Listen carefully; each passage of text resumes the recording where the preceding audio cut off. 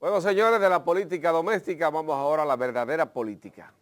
La política internacional con un experto en esta materia. Se trata de Elix Fernández, que está con nosotros temprano aquí en Despierta RD. Bienvenido, Bueno, Elix. Bienvenido, embajador. gracias Bienvenido. Paola, un placer, Gilbert, Gisette. Yo me informo con ustedes y hoy me ha tocado estar en el set informándome. Qué bueno, bienvenido. Hay una curiosidad que yo tengo. Estaba leyendo ahorita el periódico El País de España. Los presos en California están siendo utilizados para sofocar el fuego ahora mismo que está ocurriendo. Le están pagando $27 diarios. Sí. Ya también se le va a reducir la pena. Así Mira es. qué bien. En Estados Unidos el sistema carcelario permite los trabajos forzosos y hay algunas personas que pudiera aprovecharse la experiencia aquí en República Dominicana, que mantenemos 25,000 presos Vagos. en el sistema penitenciario y pudiéramos ponerlo a ahí. producir. Entonces sí, es una experiencia muy interesante. Pero en ese mismo plano y cayendo en el internacional, decía yo, Gilbert, hace unos días compartiendo en otro espacio contigo, que a partir del 20 de enero vamos a tener muchas temas internacionales porque Trump genera un inconveniente.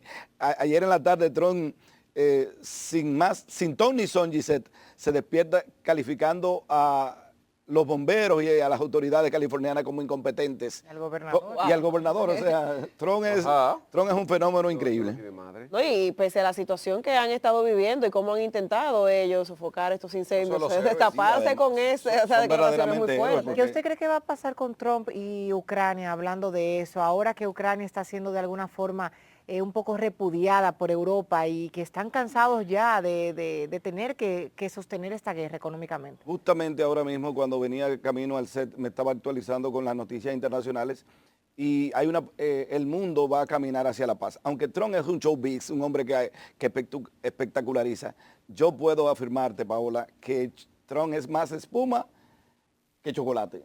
En el sentido de que él habla mucho, presiona y te genera un lío en Panamá, te genera un lío en Canadá, pero desde el punto de vista de la practicidad, cuando gobiernan los republicanos los conflictos bélicos se aminoran. Por lo tanto, en el caso de Israel, bueno, ya Hamas y Israel acaban de anunciar en la mañana, tarde de ellos, de hoy, mañana nuestra, ya que están en la fase infine, la parte final de un acuerdo. O sea, es una buena noticia porque Trump dice que no va a seguir financiando.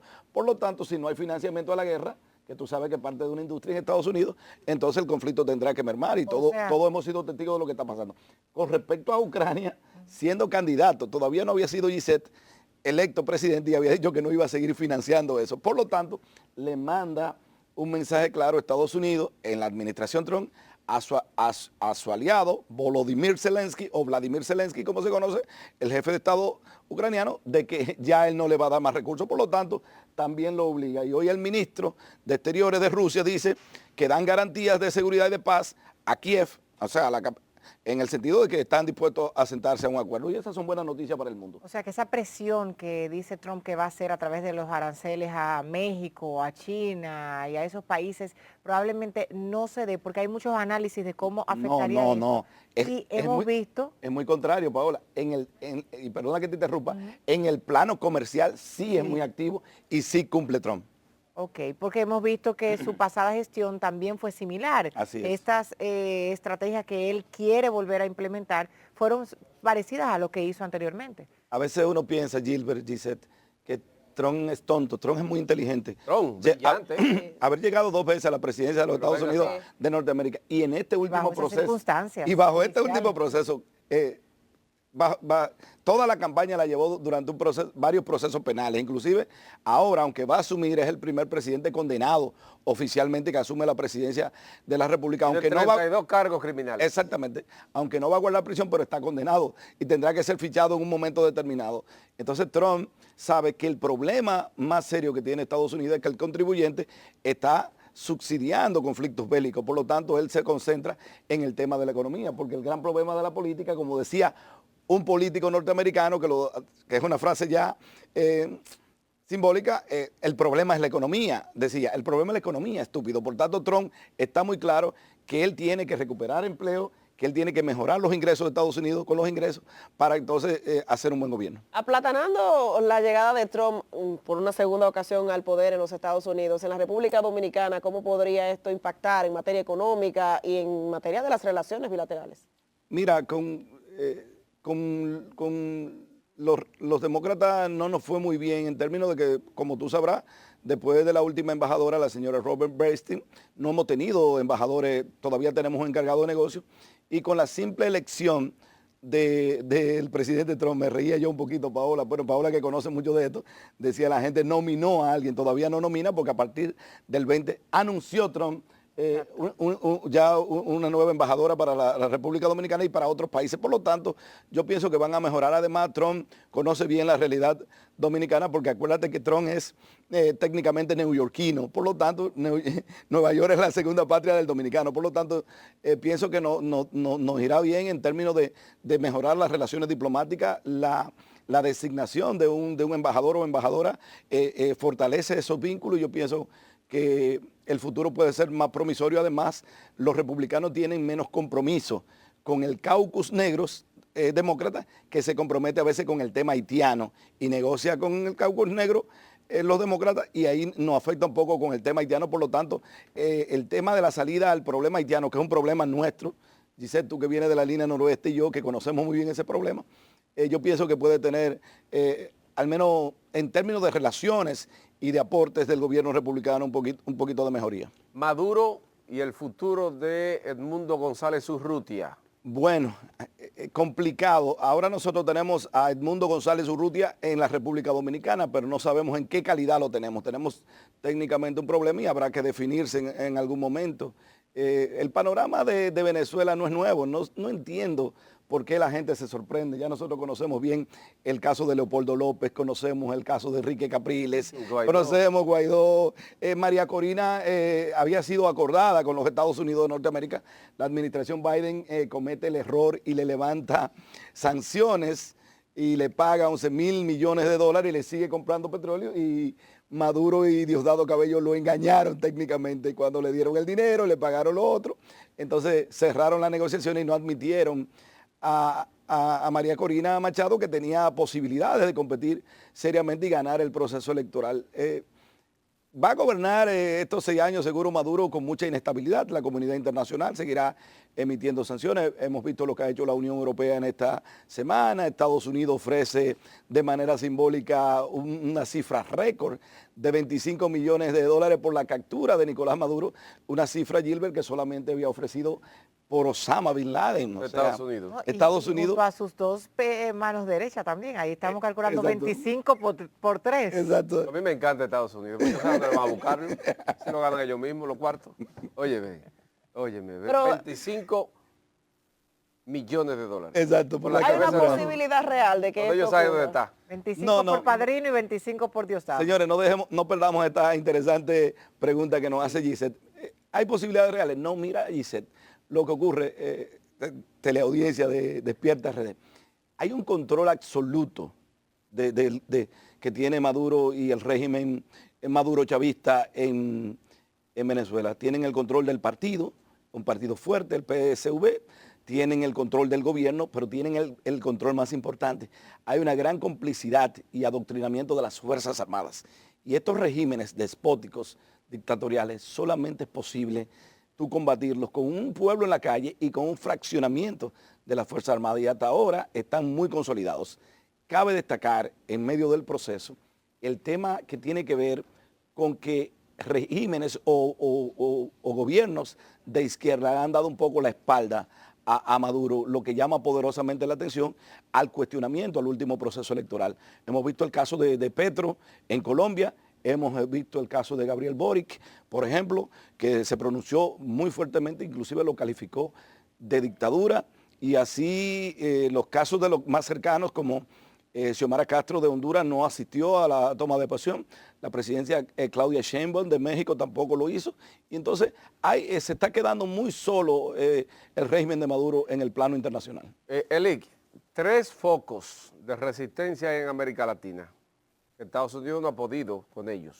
Cuba, Nicaragua, Venezuela, que ya ahora va para ¿cuánto? ¿Para cuántos años? Que está ahora ya tiene 12 años, va rumbo a 18 años. Más 6, 18. Decimos el periodo de Maduro, pero si contamos lo de Chávez estamos hablando de... Es difícil que lo quiten de ahí. Sí. Estos 3 focos de resistencia, de dictaduras, Lo que pasa es que tras... Que de los Estados Unidos no ha podido hacerle frente. Sí, lo que pasa es que tú sabes que en el año 1991 termina la Guerra Fría. Por lo tanto, el mundo se convierte técnicamente en un mundo unipolar, con la hegemonía de Estados Unidos. Y ya pasamos de lo que nosotros llamamos en diplomacia el hard power, el uso de la guerra, el uso para solucionar los conflictos, al soft power. Por lo tanto, como Estados Unidos estaba solo en el escenario mundial, ahora tú sabes que emergen los BRICS, emerge China, Rusia, creando un bloque. Entonces ahora no es posible tú solucionar por medio de invasiones o de movilizar fuerzas militares sin el apoyo de los organismos internacionales. Entonces Naciones Unidas tiene una gran limitante que tú conoces muy bien, Gilbert, y toda nuestra teleaudiencia, que es el tema del Consejo de Seguridad, el derecho al veto. Por lo tanto, hay 5 países que controlan y entonces Estados Unidos y Rusia vetan cualquier esfuerzo que se haga en pro de establecer orden en un determinado país o de intervenir militarmente un país. Entonces, eso es una gran militante que hay que buscar en la salida a través de los mecanismos que te dan las organizaciones internacionales, que son básicamente sanciones. Ok, está bien ahí. Desde el punto de vista está bien económico. ahí con esos 3, pero entonces con Haití no ha podido dar pie con bola. ¿Qué pasa? El problema de Haití es básicamente que la comunidad internacional, y lo digo responsable, ve la mayor salida, una salida muchas veces irresponsable, del problema haitiano, asumiendo República Dominicana gran parte de ese problema. Y cuando hay crisis, tanto puede haber desde el punto de vista migratorio, si hay, por ejemplo, un terremoto, ¿cuánta gente se desplazó hacia acá? Si hay conflicto armado, ¿hacia dónde viene la gente? La gente no se va a Canadá, a Estados Unidos, porque tenemos el problema de la insularidad. No pueden salir hacia otra parte. ¿Hacia dónde vienen? Entonces la comunidad internacional siempre quiere buscarle una salida hacia República Dominicana. La comunidad internacional, Naciones Unidas, no quiso involucrarse en otra misión de estabilización, por lo tanto, lo que le pidió a la comunidad internacional fueron fuerzas especiales armadas que vinieran, por ejemplo, como de Kenia, a tratar de coadyuvar a las autoridades haitianas a resolver siquiera se ha completado la cantidad de soldados que venían de Kenia. ¿Qué exactamente, no, y no va, y no va a dar resultado, inclusive, porque muchas veces en el plano de la Asamblea General o de otro mecanismo se comprometen con aportes países y luego no aparecen los aportes. Y entonces esas misiones quedan muy truncas. ¿Y cómo usted cataloga la reacción del gobierno dominicano frente a toda la migración haitiana que ha llegado a la República Dominicana? Ahora, con supuestos envíos de más militares por diferentes países de nuestra región, pero que al final no son lo suficiente. Vemos que el juicio a Jovenel Moïse todavía continúa. Sí, ayer se suspendió cuando estaban siendo conocidos 17 un año diputados. más del terremoto, todavía las mismas condiciones. No o sea, vemos que la situación no ha mejorado. No. ¿Qué debe hacer o cómo usted considera que ha reaccionado el país? Mira, cuando hablamos de frontera, nosotros no tenemos frontera propiamente dicho, es lo que nosotros llamamos una frontera porosa, porque hay pasos que son de control aduanero y control comercial para recuperar, pero luego nosotros no tenemos propiamente frontera. Entonces muchas veces tú repatrias 4 o 5 mil nacionales haitianos y a la semana están aquí de nuevo, o sea, es la lucha de nunca acabar. Pero el gobierno se puso una meta de 10,000 semanal. Inicialmente parecería que había empezado a cumplirla, pero posteriormente empezó a bajar este número de acuerdo a las cifras que Migración misma ofrecía. ¿Hubo alguna presión de algún sector internacional para que esto ocurriera? Aunque no es público, siempre ocurren esas presiones, porque era lo que te decía anteriormente, la comunidad internacional siempre ve a República Dominicana, estate tranquilo porque ustedes palían un poco la situación de Haití. Y lo peor es, Gilbert, que a veces uno ve un problema y uno le ve una salida al final del túnel, pero en este caso, hasta ahora no hay una propuesta concreta en Haití, no hay elecciones, no hay la elección de un gobierno, todo es de facto lo que hay allá. El mecanismo de gobierno consensuado que buscaron no ha dado resultados, o sea, está preocupante la situación de Haití. Elic, con la caída del muro de Berlín, Francis Fukuyama, politólogo norteamericano, preconizaba al fin de la historia. Escribió un ensayo. Un bestseller, si se puede decir, sobre el fin de la historia. Y entonces ahí yo quiero preguntarte, se terminaron las ideologías en ese momento, según plantea él en su libro. Terminó Estados Unidos entonces con su hegemonía de intervenir países en América Latina, como tú has dicho, que es difícil de tomar las armas en contra de ellos. Mira, tanto Francis Fukuyama con El fin de la historia y Samuel Huntington Crisis de Naciones, ellos preconizaban que ya, como había una sola hegemonía, ya los conflictos iban a ser de otra índole, quizás religioso, ya Estados Unidos se iba a convertir en el gendarme del mundo, por lo tanto, los conflictos bélicos que conocíamos, como la Primera Guerra Mundial, la Segunda Guerra Mundial, las ocupaciones que hizo Estados Unidos durante todo el siglo XIX y el XX en nuestros países, ya eso era parte de la historia. Pero no. La historia desde el punto de vista de las relaciones internacionales tiene punto de inflexión y ese punto de inflexión con respecto a la hegemonía de Estados Unidos del 91 hasta esta época, aproximadamente 34, 35 años, está a punto de terminar. Por lo tanto, el próximo escenario global es un mundo bipolar o multipolar, donde vemos una gran presencia de China como bloque, de Rusia, de Irán, de Siria, de un lado, y los países de los BRIC, que se... Pero ese uso del soft power, entonces, ha llevado a que Estados Unidos, a la apertura de este mundo multipolar, ha llevado a que Estados Unidos entonces se debilite un poco con relación a su hegemonía a nivel mundial. Lo que ha sucedido es lo siguiente, Gilbert. Aquí porque ya no se usa la guerra. En América Latina somos 35 países. ¿Qué pasa, Gilbert? Estados Unidos se descuidó un poco con América Latina, que era donde podía fortalecerse, y priorizó relaciones, por ejemplo, con la Unión Europea. Y entonces ahí aprovechó China inteligentemente en la última década del año, y entonces ya tú has visto el progreso extraordinario que ha tenido y el avance de China hacia América Latina. Por cierto, estoy escribiendo un trabajo interesante sobre la política exterior china hacia América Latina, y vemos ya como la mayoría de nuestros países, con salvos excepciones, Guatemala y otros, son los que permanecen. Eso va entonces ahí conjuntamente con los bloques que ha hecho Toyota, ha hecho Honda con otras fabricantes, porque China ha llevado al mundo de la fabricación de vehículos a arrodillarse, porque el tema de los vehículos eléctricos, China no permite que otras marcas tradicionales pasen.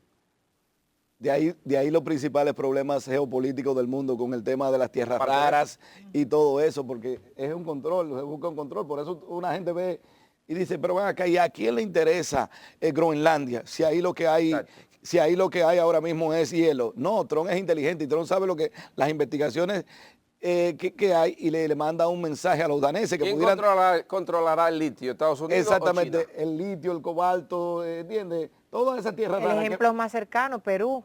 Tiene conquistado China, Perú. Exactamente. Por decir algo. Bueno, Eli, gracias. Gracias a ustedes por darme el privilegio de estar en Despierta RD, y de verdad que es un privilegio. Muchísimas gracias. Bien.